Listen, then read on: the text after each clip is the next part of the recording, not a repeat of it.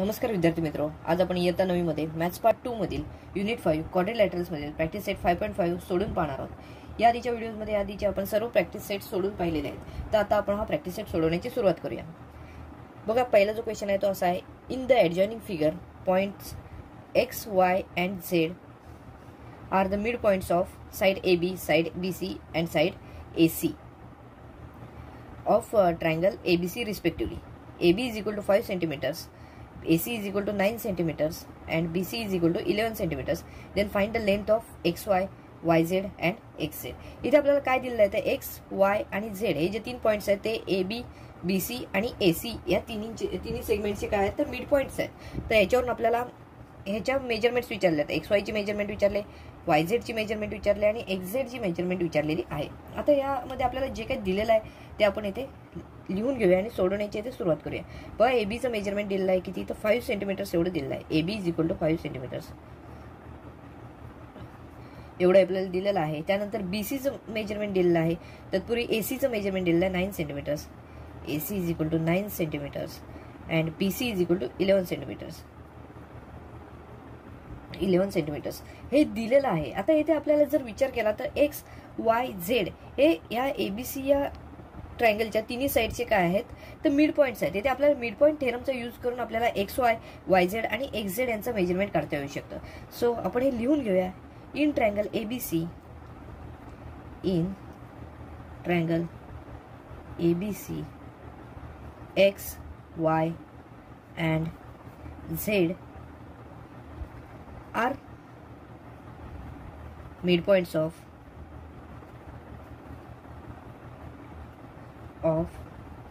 side।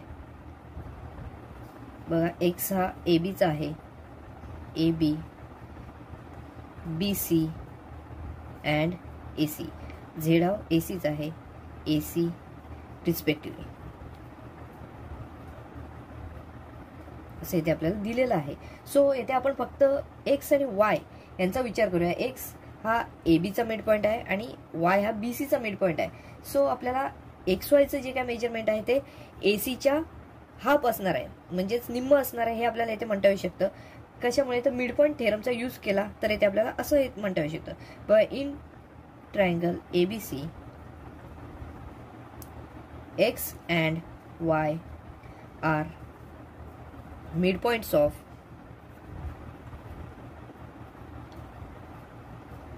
sides AB and BC, AB and BC respectively, AB and BC respectively। मग आपल्याला XY चं measurement काढायचं आहे, तर AC च्या निम्म असणार आहे। बाय मिड पॉइंट थेरम आपण असं म्हणू शकतो, therefore XY is equal to 1/2 into AC। हे आपण मिड पॉइंट थेरमने आपण म्हणू शकतो, मिड पॉइंट थेरम ने आपण हे असं म्हणू शकतो की XY चं जे काय मेजरमेंट आहे ते AC च्या निम्म आहे। Therefore XY is equal to 1/2 into AC चं मेजरमेंट आहे 9 सेंटीमीटर्स। सो 9 हे लिहिते, 9 चे हाफ जर केले आपण तर इथे आपल्याला XY चं मेजरमेंट मिळेल 4.5 सेंटीमीटर्स। आपल्याला XY चं मेजरमेंट येते 4.5 सेंटीमीटर्स एवढं मिळालेलं दिसून येतं।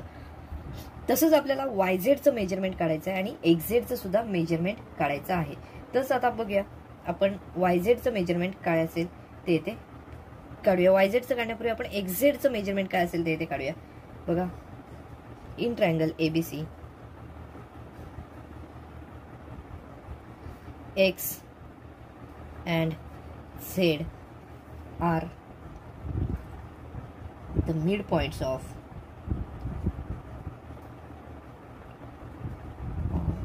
बघा, X हा कशाचा, AB चा आहे, segment AB and segment AC, Z हा AC चा आहे, AC respectively.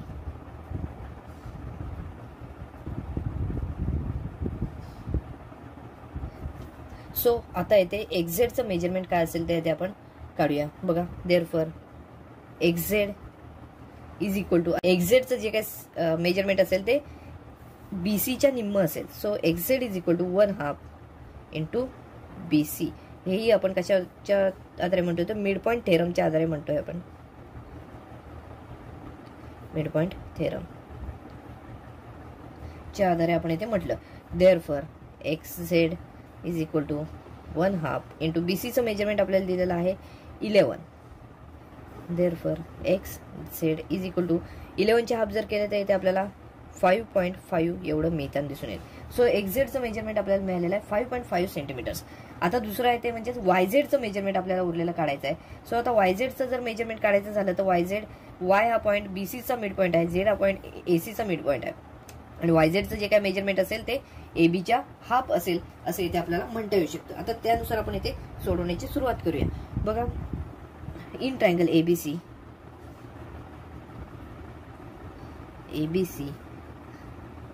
Y and Z are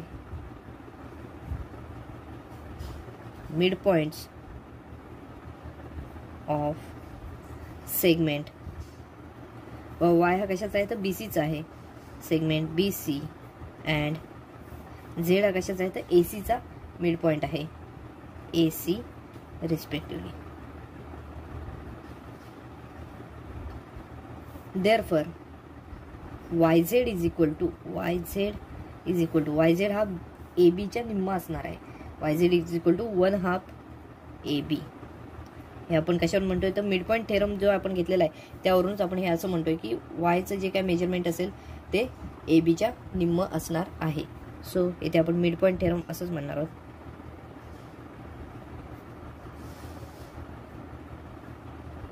mid point theorem. Therefore YZ is equal to 1/2 into ABचं मेजरमेंट बघा काय दिलेलं आहे तर इथे 5 सेंटीमीटर्स एवढं दिलेलं आहे. So 1/2 into 5. Therefore YZ is equal to 1/2 into 5 याचं मेजरमेंट आपल्याला 2.5 सेंटीमीटर्स एवढं मिळताना दिसून येईल. म्हणजेच YZचं मेजरमेंट येते आपल्याला 2.5 सेंटीमीटर्स एवढं मिळालेलं आहे. या प्रॉब्लेममध्ये बघा XYचं मेजरमेंट किती मिळालेलं आहे तर 4.5 मिळालेलं आहे, YZचं 2.5 आणि XZचं 5.5 एवढं मेजरमेंट आपल्याला मिळालेलं दिसून येतं. Therefore XY is equal to 4.5 centimetres. Then YZ is equal to YZचं मेजरमेंट आपल्याला 2.5 सेंटीमीटर्स एवढं मिळालेलं आहे अँड XZचं मेजरमेंट आपल्याला 5.5 सेंटीमीटर्स एवढं मिळालेलं आहे. XZ is equal to 5.5 centimetres. बघा, हा जो प्रॉब्लेम आहे तो आपल्या इथे पूर्णपणे सोडून झालेला आहे. हा प्रॉब्लेम सोडत असताना इथे आपण मिड पॉईंट थेरमचा इथे 3 ठिकाणी यूज केलेला आहे आणि त्यानुसार आपण ह्या तिन्ही ज्या सेगमेंट्स आहेत त्यांची मेजरमेंट्स आहेत ते इथे कॅल्क्युलेट केलेली आहेत. सेकंड प्रॉब्लेम मध्ये बघा काय दिलेलं आहे. In the adjoining figure quadrilateral PQRS and MNRL are rectangles. If point M is midpoint of side PR, then prove that SL is equal to LR and LN is equal to 1/2 SQ. LN is equal to 1/2 SQ.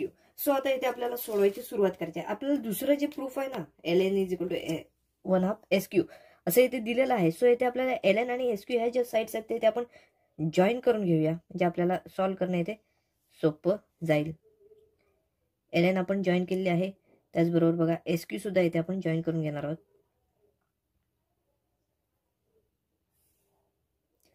SQ आपण एकमेकांना join केलेले आहेत. बघा, आता यानुसार आपण सोडवण्याची इथे सुरुवात करूया. बघा, पहिला आहे SL आणि LR यांचं मेजरमेंट सेम आहे असं इथे आपल्याला दाखवायचं आहे. मग त्यानुसार आपण पहिलं जे प्रूफ आहे ते इथे सोडवण्याची सुरुवात करूया. बघा, आपल्याला ह्या LMNR हा जो क्वाड्रिलॅटरल आहे, हा जो रेक्टँगल आहे, यामध्ये अपोजिट साईड्स आहेत त्या ह्याच्या पॅरलल असणार आहे ते आपल्याला इथे माहिती आहेच. त्यानुसार आपण ह्या ज्या पॅरलल साईड्स आहेत त्या इथे लिहून घेऊया. LM आणि RN ह्या ज्या दोन साईड्स आहेत त्या पॅरलल असणार आहेत. In quadrilateral LMNR is a rectangle.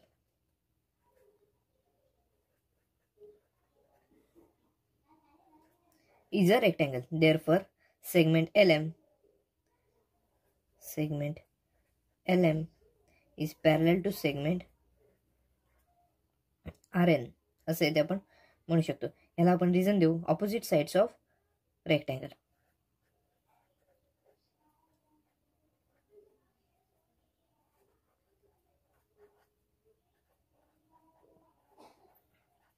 Opposite sides of rectangle. आता जर आपण आर एनचा विचार केला तर आर एन आणि क्यू हे जे तिन्ही पॉईंट्स आहेत ते कसे आहेत तर लिनियर पॉईंट्स आहेत. सो येथे आपण आर एनच्या ऐवजी काय घेऊ शकतो तर आर क्यू घेतलं तरी सुद्धा इथे चालण्यासारखं आहे. मग आपण हेच घेऊ, हे स्टेटमेंट कसं घेऊ, that is segment L M is parallel to segment R Q. याचं रिझन आपण असं देऊया, R dash N dash Q म्हणजे आर एन क्यू हे जे तिन्ही पॉईंट्स आहेत ते कसे आहेत तर लिनियर पॉईंट्स आहेत. ह्याला आपण स्टेटमेंट नंबर 1 देऊया. त्यानंतर पुढेच बघा तसंच आर क्यू आणि एस पी, आर क्यूचा विचार केला आणि एस पी हे जे दोन सेगमेंट्स आहेत त्या सुद्धा कशा आहेत तर पॅरलल सेगमेंट्स आहेत. का तर या पी क्यू आर एस या रेक्टँगलच्या अपोजिट सेगमेंट्स आहेत. त्यामुळे आपण असं म्हणूया segment R Q is parallel to segment S P. R Q आणि एस पी ह्या कशा आहेत तर पॅरलल सेगमेंट्स आहेत. का तर या रेक्टँगलच्या अपोजिट सेगमेंट्स आहेत. सो याचं आपण रिझन लिहूया, ऑपोजिट साइड्स ऑफ रेक्टँगल. जसं आपण इथे लिहिलं होतं रिझन तसंच आपण इथे लिहिणार आहोत ऑपोजिट साइड्स ऑफ रेक्टँगल. तत्पूर्वी याला नंबर 2 देऊया आणि म्हणूया ऑपोजिट साइड्स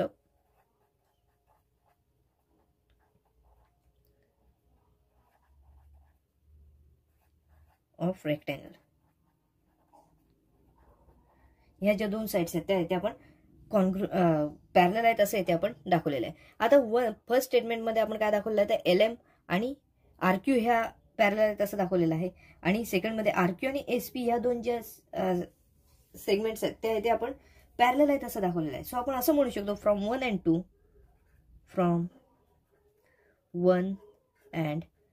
2 आपण असं म्हणू शकतो. बघा आर क्यू जर एल एम बरोबर पॅरलल आहे त्याचबरोबर आर क्यू एस पी बरोबर सुद्धा पॅरलल आहे तर एल एम आणि एस पी ह्या दोन ज्या सेगमेंट्स आहेत त्या कशा असणार आहेत तर पॅरलल असणार आहेत. Segment L M is parallel to segment S P. डायग्राममध्ये पाहिलं तर एल एम आणि एस पी ह्या ज्या दोन सेगमेंट्स आहेत त्या इथे पॅरलल आहेत असं इथे आपल्याला मिळताना दिसून येईल. आपण येथे नंबर 3 स्टेटमेंट देणार आहोत. याला आपण नंबर 3 नंबरचं स्टेटमेंट दिलेलं आहे. आता पुढे बघा आपण ह्या ट्रायंगलचा विचार केला, जर आर एस पी ह्या ट्रायंगलचा विचार केला तर एम हा आर पीचा मिड पॉईंट आहे आणि आर एसचा मिड पॉईंट एल आहे. यानुसार आपण काय म्हणू शकतो तर हे जे आहेत हे एस पी आणि येथे आपल्याला जे प्रूव्ह करायचं आहे पहिलं एस एल आणि एल आर यांची जी मेजरमेंट आहे ती इथे सेम आहेत असं इथे आपण इथे प्रूव्ह करू शकतो. बघा हे कसं येईल बघा तर in triangle R S P point M is mid point of P R. P आरचं मिड पॉइंट एम आहे असं इथे आपल्याला दिलेलंच आहे. Point M is mid point of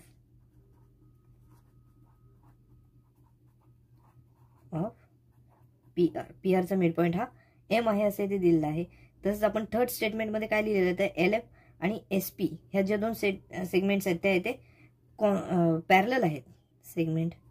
statement आपण परत लिहूया, L M is parallel to segment S P.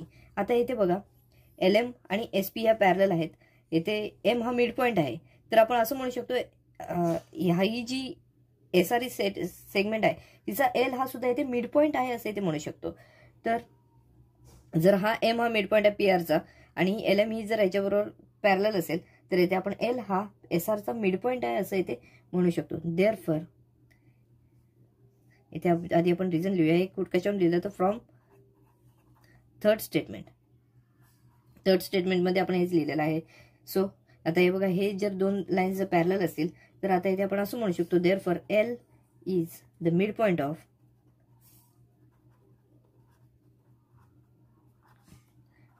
Of side S R. S आरचा सुद्धा मिड पॉइंट आहे कारण एम हा मिड पॉइंट आहे पी आरचा आणि ही जर एल एम ही एस पी बरोबर पॅरलल असेल तर इथे आपण असं म्हणू शकतो एल हा सुद्धा काय आहे एस आरचा मिड पॉइंट आहे असं इथे म्हणू शकतो. आता एल हा एस आरचा मिड पॉइंट असेल तर इथे आपण असं म्हणू शकतो therefore S L is equal to L R. Therefore S L is equal to L R असं इथे आपण म्हणू शकतो की जे आपलं पहिलं प्रूफ आहे पहिलं जे आपल्याला प्रूव्ह करायचं आहे ते आपण इथे प्रूव्ह केलेलं आहे. काय एस एल आणि एल आर ह्या ज्या दोन साइड्स आहेत ते इथे कॉन्ग्रुएंट आहेत असं इथे आपण दाखवलेलं आहे. आता आपण दुसरं जे प्रूफ आहे ते इथे सोडवणार आहोत. इथे बघा आपल्याला काय प्रूव्ह करायचं आहे, तर ln is equal to 1/2 SQ. SQच्या हाफ आहे ln असं इथे आपल्याला प्रूव्ह करायचं आहे. सो इथे आपण हे प्रूव्ह करण्यासाठी सुरुवात करूया. बघा हे जे आहेत ते डायगोनल्स आहेत, PR आणि SQ हे जे दोन आहेत ते PQR चे डायगोनल्स आहेत. त्याचबरोबर LMNR चे डायगोनल्स कोणते आहेत, MR आणि LN हे डायगोनल्स आहेत. रेक्टँगलचे डायगोनल्स कसे असतात, तर कॉन्ग्रुएंट असतात. ते आपण इथे दाखवूया आणि सोडवायची सुरुवात करूया. बघा diagonals of rectangle are congruent. Diagonals of rectangle are congruent. Diagonals of rectangle are congruent. Therefore आपण असं म्हणू शकतो SQ is equal to PR. Therefore SQ is equal to PR. हे आपल्याला दोन डायगोनल्स आहेत ते कॉन्ग्रुएंट आहेत असं इथे मिळताना दिसून येतील. आपण ह्याला पुढचं स्टेटमेंट देऊया. इथे थर्ड झालेलं आहे. सो हे फोर्थ स्टेटमेंट असेल. फोर्थ स्टेटमेंट आपल्याला मिळालं आहे. अल्सो बघा हा एक आहेच रेक्टँगल, त्याचबरोबर LMNR सुद्धा रेक्टँगल आहे. LMNR चे कोणकोणते आहेत डायगोनल्स, तर बघा MR आणि LN. Also LN is equal to MR. याला आपण 5th नंबरचं स्टेटमेंट देऊया. 5th नंबरच्या स्टेटमेंटला आपल्याला LN आणि MR हा जो छोटा रेक्टँगल आहे त्याच्याविषयी आपण इथे दाखवलेला आहे. बघा आपल्याला इथे काय दिलेलं आहे, M हा PRचा मिड पॉईंट आहे असं इथे दिलेलं आहे. M हा पॉईंट जो आहे तो PRचा मिड पॉईंट आहे. देअरफॉर आपण असं म्हणू शकतो MR is equal to 1/2 PR. MR is equal to 1/2 PR असं इथे आपण म्हणू शकतो. का तर आपल्याला प्रॉब्लेम मध्येच दिलेला आहे काय, तर M is mid point of segment PR. M is midpoint of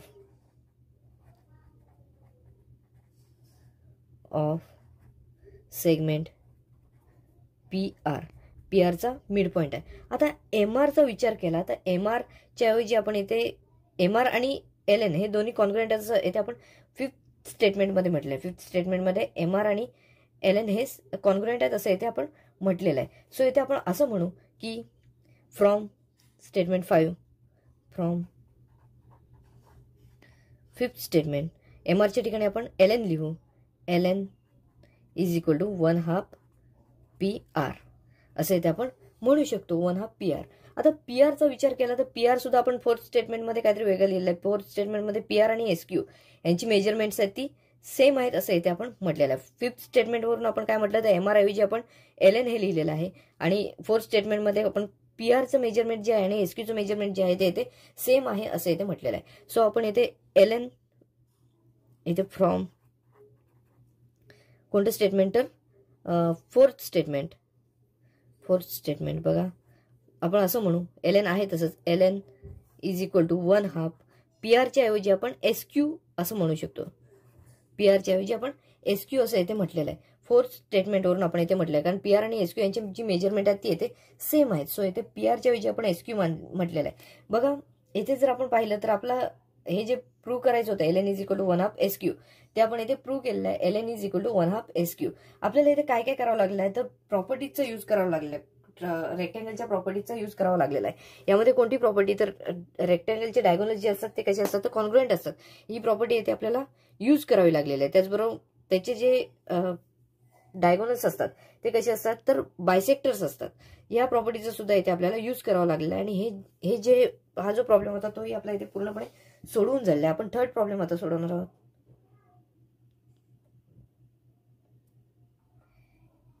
इथे थर्ड प्रॉब्लेम आपल्याला दिलेला आहे बघा. In the adjoining figure triangle ABC is equilateral triangle. Points FD and E are midpoints of side AB, side BC and side AC respectively. Show that triangle FED is equilateral triangle. आपल्याला FED हा equilateral triangle आहे असे इथे prove करायचं आहे. So इथे आपण सोडवण्याची सुरुवात करूया. बघा इथे ट्रायंगल ABC मध्ये आपल्याला काय दिलं आहे FED हे AB, AC आणि BC यांचे मिड पॉइंट्स आहेत असं इथे आपल्याला दिलं आहे. सो ते आपण आधी लिहून घेऊया. In triangle ABC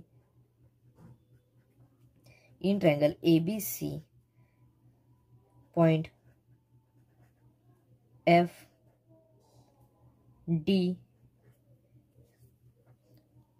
and E are midpoints of of sides A B, त्यानंतर डी बघा कशाचा आहे तर B C and A C respectively.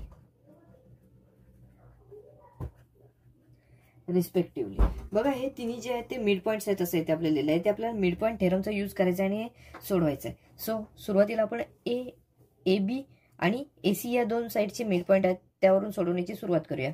बघा in triangle ABC point F and E are the midpoints of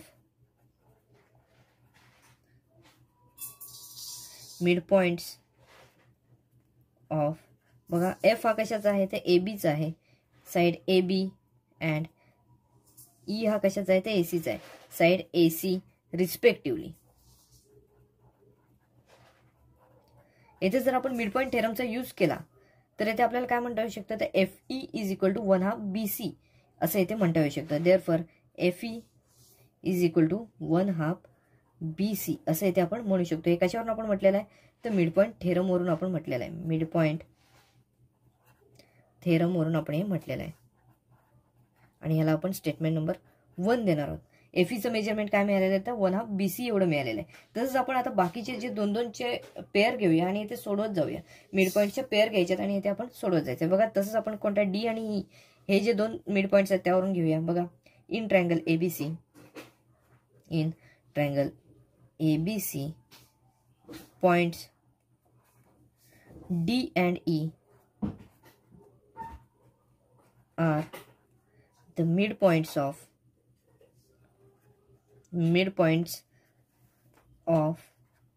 D हा कशाचा आहे तर BC चा आहे, BC and E हा कशाचा आहे तर AC चा आहे, AC रिस्पेक्टिव्हली. तर यांचं मिड पॉईंट आहेत बघा डी आणि E. So D is equal to 1/2 AB असं इथे आपल्याला म्हणता येऊ शकतं. मिड पॉईंट थेरमनुसार आपल्याला असं म्हणता येईल की D is equal to 1/2 AB. Therefore असं म्हणू आपण DE is equal to 1/2 AB.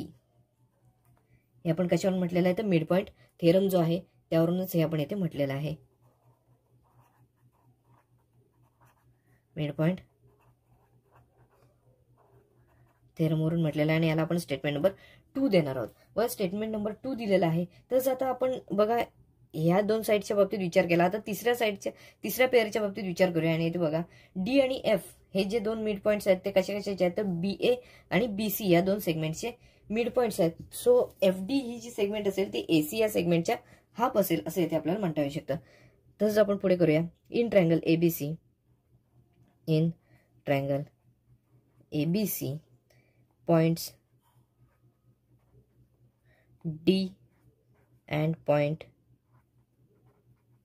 F are midpoints of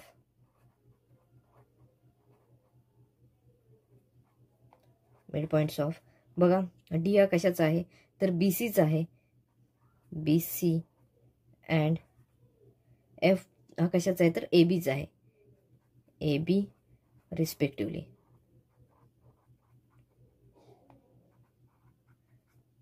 तर आपण असं म्हणू शकतो DF ही जी सेगमेंट आहे, DF ही जी सेगमेंट आहे ती ACच्या निम्मी असणार आहे. देअरफॉर FD किंवा DF, FD असं आपण म्हणूया FD is equal to 1/2 AC. हे कशावरून आपण म्हणतोय तर मिड पॉईंट थेरमवरून आपण म्हणत आहोत. येथे मिड पॉईंट थेरमचा आपण प्रत्येक ठिकाणी यूज केलेला आहे. मिड पॉईंट थेरम आणि याला आपण नंबर 3 स्टेटमेंट असं दिलेलं आहे. बघा मिड पॉईंट थेरम नुसार आपण हे म्हटलेलं आहे FD is equal to 1/2 AC. आता जर पूर्ण ABC या ट्रायंगलचा विचार केला तर हा जो आहे तो इक्विलॅटरल ट्रायंगल आहे. सो ह्याच्या तिन्ही साईड्स आहेत त्या एकमेकींची कशी असणार आहे तर कॉन्ग्रुएंट असणार आहे. इथे आपल्याला काय दिलेलं आहे तर ABC हा ट्रायंगल इक्विलॅटरल ट्रायंगल आहे. Triangle ABC is an equilateral triangle. Equilateral triangle असल्यामुळे ह्याच्या तिन्ही साईड्स आहेत त्या कॉन्ग्रुएंट असणार आहेत एकमेकींची. देअरफॉर आपण असं म्हणू AB is equal to BC is equal to AC. याचं रिझन असेल sides of equilateral triangles. Sides of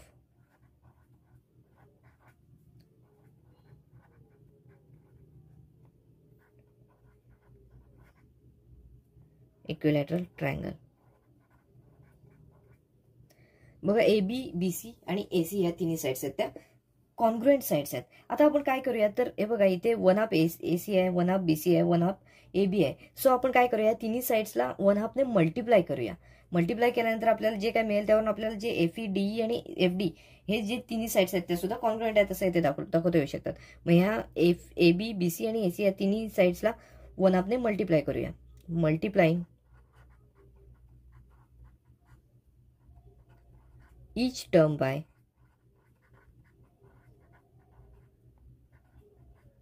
1/2. आता इथे आपण 1/2 ने मल्टिप्लाय केलं तर कसं येईल बघा. देअरफॉर AB ला 1/2 ने मल्टिप्लाय केलं तर इथे 1/2 AB असं मिळताना दिसून येईल इज इक्वल टू इथे BC ला सुद्धा 1/2 ने मल्टिप्लाय केलं तर इथे 1/2 BC असं इथे मिळताना दिसून येईल इज इक्वल टू AC ला सुद्धा 1/2 ने मल्टिप्लाय केलं तर इथे 1/2 AC. आपण तिन्ही ज्या टर्म्स आहेत त्यांना 1/2 ने इथे मल्टिप्लाय केलेलं आहे. आता जर आपण हे जर फर्स्ट स्टेटमेंट, सेकंड स्टेटमेंट आणि थर्ड स्टेटमेंटचा विचार केला तर बघा 1/2 AB चा विचार केला तर 1/2 AB बघा सेकंड स्टेटमेंटमध्ये त्याची व्हॅल्यू आपण D हे लिहिलेलं आहे. त्यानंतर 1/2 BC चा विचार केला तर फर्स्ट स्टेटमेंटमध्ये BC ची व्हॅल्यू आपण FE ही लिहिलेली आहे आणि थर्ड स्टेटमेंटमध्ये 1/2 AC ची व्हॅल्यू FD ही आपण इथे लिहिलेली आहे. सो आपण असं म्हणू from 1, 2 and 2, 3 from first statement, second statement and third statement असं म्हणू आपण. 1/2 AB साठी आपण काय यूज केलेलं आहे तर इथे DE हे यूज केलेलं आहे. DE is equal to 1/2 BC साठी बघा काय यूज केलेलं आहे तर FE हे यूज केलेलं आहे. FE इज इक्वल टू आता 1/2 AC आहे, 1/2 AC साठी आपण FD हे इथे यूज केलेलं आहे. FD यूज केलेलं आहे. मग आपल्याला काय मिळालेलं आहे DE is equal to FE is equal to FD. DE is equal to FE is equal to FD असं या ट्रायंगल मधल्या तिन्ही ज्या साइड्स आहेत ते आपल्याला कॉन्ग्रुएंट आहेत असं इथे आपल्याला मिळालेलं दिसून येते. देअरफॉर आपण असं म्हणू तिन्ही जर साइड्स कॉन्ग्रुएंट असतील तर आपण असं म्हणू शकतो देअरफॉर ट्रायंगल DEF हा जो ट्रायंगल आहे FED हा ट्रायंगल FED हा जो ट्रायंगल आहे तो काय आहे तर equilateral triangle. Therefore triangle FED is an equilateral triangle. FED हा जो ट्रायंगल आहे तो इक्विलॅटरल ट्रायंगल आहे हे आपण इथे प्रूव्ह केलेलं आहे. प्रूव्ह कसं केलं तर हा आपल्याला पहिला जो ट्रायंगल दिला होता ABC हा इक्विलॅटरल ट्रायंगल दिला होता. त्यानुसार आपण काय केलं तर हे जे प्रत्येक जी साइड्स आहेत त्याची आपण फर्स्ट स्टेटमेंट, सेकंड आणि थर्ड स्टेटमेंटमध्ये काहीतरी मेजरमेंट्स मिळवली. त्यानंतर आपण AB, BC आणि AC यांची मेजरमेंट सेम आहेत असं घेतलं. त्यानुसार या प्रत्येक टर्मला आपण 1/2 ने मल्टिप्लाय केलं कारण फर्स्ट, सेकंड आणि थर्ड स्टेटमेंटमध्ये हे ज्या सगळ्या सेगमेंट्स आहेत त्यांना 1/2 ने मल्टिप्लाय केलेलं आहे. सो इथे आपण मल्टिप्लाय केल्यानंतर आपल्याला प्रत्येकाची व्हॅल्यू जी आहे ती इथे मिळालेली दिसून येते. 1/2 AB ची DE दिसते, 1/2 BC ची FE दिसते आणि 1/2 AC ची FD ही व्हॅल्यू इथे मिळालेली दिसून येते. म्हणजे त्या तिन्ही ज्या साइड्स आहेत त्या FED या ट्रायंगलच्या साइड्स आहेत त्या तिन्ही साइड्स एकमेकींची कॉन्ग्रुएंट आहेत. सो आपण असं म्हणू शकतो ट्रायंगल FED हा ट्रायंगल FED हा इक्विलॅटरल ट्रायंगल आहे असे इथे आपण म्हणू शकतो. बघा थर्ड प्रॉब्लेम आपला पूर्णपणे सोडून झालेला आहे. प्रॅक्टिस सेटमधला last problem. In the adjoining figure segment PD is median of PQR, triangle PQR. Point T is midpoint of segment PD. Produce QT intersects PR at M. Show that PM upon PR is equal to 1/3. आपल्याला hint दिलेली आहे, draw करायला सांगितलेलं आहे DN पॅरल to QM. DN पॅरल to QM आपण इथे पुस्तकामध्ये बुकमध्येच दिलेली आहे. सो आपण इथे कन्स्ट्रक्शन हे केलेलंच आहे. बघा हे कन्स्ट्रक्शन केलेलं असेल तरी आपल्याला इथे लिहावं लागणार आहे ते कन्स्ट्रक्शन. बघा draw segment DN parallel to segment QM. जसं दिलेलं आहे तसं आपण लिहिलं. हे जे कन्स्ट्रक्शन आहे ते आपण इथे केलेलं आहे. DN is parallel to QM काढलेले आहे आणि MNR हे लिनियर पॉइंट्स आहेत.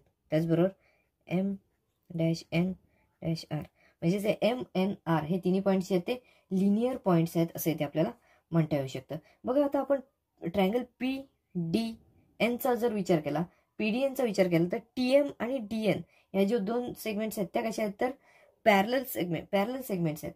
सो येथे आपण त्यावरून सोडवू शकतो. बघा येथे PDचा T हा येथे मिड पॉईंट आहे. सो आपण असं म्हणू शकतो M हा PNचा सुद्धा कसा असणार आहे तर मिड पॉईंट असणार आहे असे इथे आपण सहजपणे म्हणू शकतो. बघा इन ट्रायंगल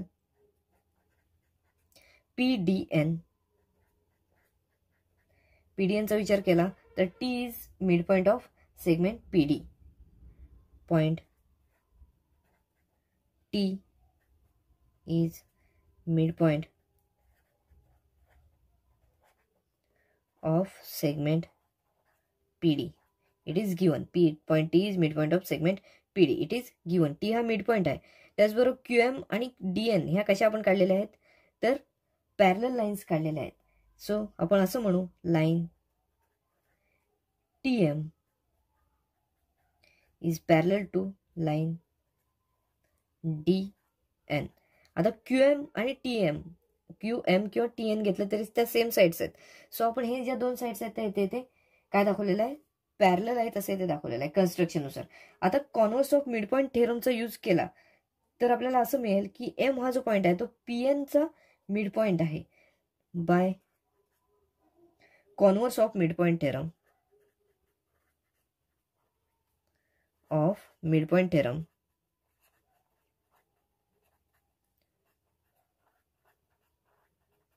आपण असं म्हणू शकतो की T हा PDचा मिड पॉईंट आहे तसंच PNचा मिड पॉईंट हा M आहे. M is mid point of segment PN. Point M is mid point of segment PN. PNचा M हा मिड पॉईंट आहे. त्यामुळे आपण असं म्हणू शकतो PN आणि MN हे कसे आहेत तर या दोन सेगमेंट्स आहेत त्या इक्वल मेजरच्या सेगमेंट्स आहेत. देअरफॉर आपण असं म्हणू शकतो therefore PM is congruent to segment MN असे इथे आपण म्हणू शकतो. आणि ह्याला आपण स्टेटमेंट नंबर 1 देऊया. ही आपली फर्स्ट स्टेटमेंट आहे. आता येथे पुढे आपण काय करणार आहोत बघा. पहिला PDNचा विचार केला ट्रायंगलचा तसं आता आपण QRM या ट्रायंगलचा विचार करूया. येथे सुद्धा कसं आहे DN आणि QM ह्या दोन ज्या सेगमेंट्स आहेत त्या पॅरलल सेगमेंट्स आहेत. त्यामुळे आपल्याला D हा पॉईंट आहे तो QRचा मिड पॉईंट आहे. ही मीडियन असल्यामुळे D हा पॉईंट QRचा मिड पॉईंट आहे. त्यामुळे आपल्याला असं म्हणता येऊ शकतं की N हा पॉईंट जो आहे तो MRचा मिड पॉईंट आहे असं आपण येथे म्हणू शकतो. त्यानुसार आपल्याला हे सोडवायचं आहे. N हा मिड पॉईंट आहे आपल्याला मिळाल्यानंतर आपण सहजपणे पुढे सोडवू शकतो. बघा आपण दुसरा ट्रायंगल कोणता आहे तर QRMचा विचार करणार आहोत. इन ट्रायंगल QRM या QRM या ट्रायंगलमध्ये जर आपण विचार केला तर D is mid point of segment QR. D is mid point of segment QR. D हा येथे QRचा मिड पॉईंट आहे. त्याचबरोबर DN आणि QM हे कसे आहेत तर पॅरलल आहेत. आपण इथे कन्स्ट्रक्शन मध्ये केलेलं आहे. DN आणि QM हे पॅरलल आहेत. अल्सो आपण असं म्हणू की DM आणि QM हे QM आणि DN हे पॅरलल आहेत. QM is parallel to DN असे ते आपल्याला म्हणता येऊ शकतं. DN आणि QM हे पॅरलल आहेत. सो आपण असं म्हणू शकतो by converse of mid point theorem जसं आपण इथे घेतलं होतं by converse of mid point theorem तसंच आपण हा जो N हा पॉईंट RMचा मिड पॉईंट आहे असे इथे म्हणू शकतो. By converse of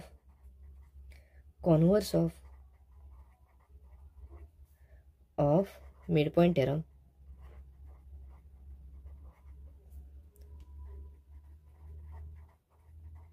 by converse of midpoint theorem N is midpoint of segment MR किंवा RM.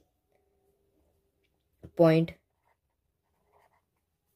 N is midpoint of segment RM. RM या सेगमेंटचा कसा आहे तर मिड पॉईंट आहे असे इथे आपण म्हणू शकतो. आता मिड पॉईंट असेल तर हे जे दोन सेगमेंट्स तयार झालेले आहेत MN आणि NR या जे दोन सेगमेंट्स आहेत त्या कॉन्ग्रुएंट सेगमेंट्स असणार आहेत कारण MRचा मिड पॉईंट N आहे. देअरफॉर आपण असं म्हणू शकतो therefore MN is equal to NR. MN आणि NR ह्या जे दोन सेगमेंट्स आहेत त्या इथे कॉन्ग्रुएंट आहेत असं इथे आपण म्हणू शकतो. आणि याला आपण स्टेटमेंट नंबर 2 देऊया. हे सेकंड स्टेटमेंट आहे. आता फर्स्ट स्टेटमेंटचा विचार केला तर PM आणि MN कॉन्ग्रुएंट आहेत आणि सेकंड स्टेटमेंटचा विचार केला तर MN आणि NR हे कॉन्ग्रुएंट आहेत. मग आपण फ्रॉम 1 and 2 असं म्हणू शकतो PM, MN आणि NR हे तिन्ही जे सेगमेंट्स आहेत ते कशा आहेत तर इथे कॉन्ग्रुएंट आहेत असं इथे म्हणू शकतो. तर फ्रॉम 1 and 2, कारण फर्स्ट स्टेटमेंटमध्ये MN आपण PM बरोबर कॉन्ग्रुएंट दाखवले आणि सेकंड स्टेटमेंटमध्ये MN हे NR बरोबर कॉन्ग्रुएंट दाखवले. त्यामुळे हे तिन्ही सेगमेंट्स आहेत त्या कॉन्ग्रुएंट आहेत. Therefore PM is equal to MN is equal to NR. या तिन्ही ज्या सेगमेंट्स आहेत त्या इथे कॉन्ग्रुएंट आहेत असं इथे आपण म्हणू शकतो. आता या तिन्ही सेगमेंटचा विचार केला तर PR या सेगमेंटवर हे असलेले सगळे सेगमेंट्स आहेत. म्हणजे PR वर असलेले हे 2 पॉईंट्स आहेत PMNR. हे चारही पॉईंट्स जे आहेत ते लिनियर पॉईंट्स आहेत. सो आपण PRच्या बाबतीत विचार केला तर कसं येईल बघा. PR therefore PR is equal to PM plus MN. बघा PR is equal to PM plus MN plus NR plus NR असं इथे आपल्याला मिळताना दिसून. याचं आपण रिझन काय देऊ शकतो तर हे जे पॉईंट्स आहेत ते सगळे कसे आहेत तर लिनियर पॉईंट्स आहेत. P-M-N-R म्हणजे हे जे पॉईंट्स आहेत ते या क्रमाने लिनियर पॉईंट्स आहेत असं इथे आपण म्हणू शकतो. आपण ह्या इथे काय दाखवलेलं आहे या स्टेटमेंटमध्ये ह्याला आपण नंबर 3 देऊया. बघा नंबर 3 मध्ये आपण काय दाखवलेलं आहे तर PM, MN आणि NR या तिन्ही सेगमेंट्स आहेत त्या कॉन्ग्रुएंट सेगमेंट्स आहेत. मग आपण फ्रॉम 3 म्हणूया. फ्रॉम थर्ड स्टेटमेंट आपण असं म्हणू शकतो MN आणि NR ऐवजी आपण PM हेच घेऊया. Therefore PR is equal to PM plus बघा परत MN ऐवजी आपण PMच घेणार आहोत कारण PM आणि MN चे जे मेजरमेंट आहे ते सेम आहे. प्लस NR ऐवजी पण आपण PMच घेणार आहोत. PM असं इथे आपल्याला घेता येऊ शकतं. Therefore PR is equal to PM plus PM plus PM याचं ॲडिशन केलं तर 3PM असं इथे मिळताना दिसून येईल. आता बघा इथे आपल्याला काय करायचं आहे तर PM आहे ते एका बाजूला घेऊया आणि सोडवण्याची सुरुवात करूया. बघा देअरफॉर आता 3 आहे ते इक्वल टू साईनच्या इकडे आणूया आणि PR आहे ते तिकडे नेऊया. बघा PR तिकडे जाताना डिवाइड होण्यासाठी जातील, न्यूमरेटरला जातील. 3 इकडे येताना सुद्धा न्यूमरेटरला येतील. सो हे कसं होईल बघा 1/3 is equal to PM upon हे PR आहेत ते न्यूमरेटरला जातील PR. हे आपल्याला असं मिळताना दिसून येईल 1/3 is equal to PM upon PR. हे जे आहे ते हेच आपल्याला जे आपलं प्रूफ आहे जे प्रूव्ह करायचं आहे तेच आपल्याला इथे मिळताना दिसून येते. PM upon PR is equal to 1/3. Therefore आपण असं म्हणू PM upon PR is equal to 1/3 असं इथे आपण याचं आन्सर जे आहे ते जे प्रूव्ह केलेलं आहे ते आपण म्हणू शकतो. बघा हा जो प्रॉब्लेम होता तो प्रॅक्टिस सेट मधला लास्ट प्रॉब्लेम होता. हे अशा प्रकारचे जे प्रॉब्लेम्स आहेत ते सोडवण्यासाठी आपल्याला सगळ्या प्रॉपर्टीज इथे लक्षात असणं गरजेचं आहे. आता या प्रॉपर्टीजवरून आपण हा जो प्रॉब्लेम आहे तो इझिली सॉल्व्ह केलेला आहे. यामध्ये आपल्याला मिड पॉईंट थेरमचा यूज करावा लागलेला आहे. त्याचबरोबर इतर जी उदाहरणे सोडवण्यासाठी वेगवेगळ्या थेरम्स आहेत ते आपल्याला यूज करावा लागलेला आहे. तर हा जो प्रॉब्लेम होता तो प्रॅक्टिस सेट मधला शेवटचा प्रॉब्लेम होता. हा व्हिडिओ आपण इथेच थांबवणार आहोत. व्हिडिओ आवडला असल्यास लाईक करा, जास्तीत जास्त शेअर करा आणि चॅनलवर नवीन असाल तर चॅनल सबस्क्राईब करायला विसरू नका.